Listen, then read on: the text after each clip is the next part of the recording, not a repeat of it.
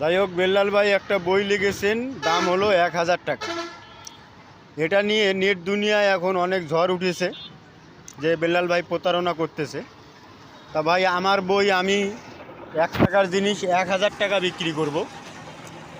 তো এখানে তো কাউকে জোর করা হয় নাই যে বইটা নিতে হবে, এবং যারা নিয়েছে তারা কিন্তু সবাই কন্টেন্ট ক্রিয়েটর, এটা কোনো একজন সাধারণ ব্যক্তিও নেয় নাই।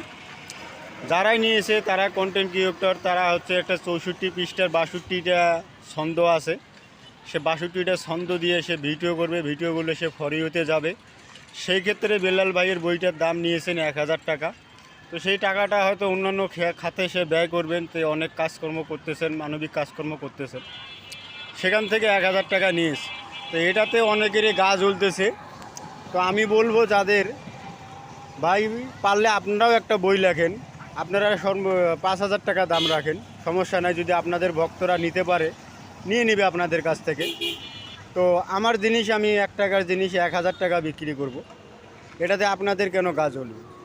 এটাই হচ্ছে কথা। তো ভাই, যার মেধা আছে, যার সে লেগেছে বইটা, তো তার ভক্তরা আছে, তারা বইটা নিয়েছে 1000 টাকায়, তো তাদের কোনো সমস্যা হচ্ছে না। বাট আপনাদের কেন সমস্যা হচ্ছে? এটাতে আপনাদেরকে অনুপ্রেরণা হওয়া দরকার।